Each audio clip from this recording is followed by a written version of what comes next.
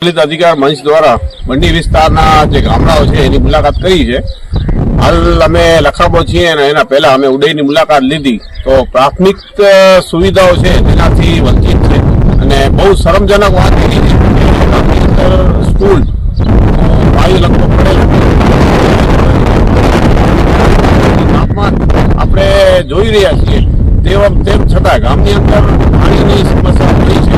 અહીંયાથી જે બન્નીના નામ ઉપર જે દોડો રણ ઉત્સવની અંદર બધી સુવિધાઓ પૂરી પાડવામાં આવે છે તો બન્નીના વિસ્તારોના જેને વંચિત રાખવામાં આવે છે ત્યારે એની સુવિધા પૂરી પાડવામાં કેમ નથી આવતી? પાણી પુરવઠાના અધિકારી અથવા લાઇટના અધિકારીઓ સાથે અમારી હર હંમેશા વાત થતી હોય છે પણ એ લોકો એક જ આશ્વાસન આપે છે કે થઈ જશે. જો થઈ જશે તો આટલા વર્ષો કેમ નીકળ્યા? અમારી અથવા ગ્રામજનોની એક જ માંગ છે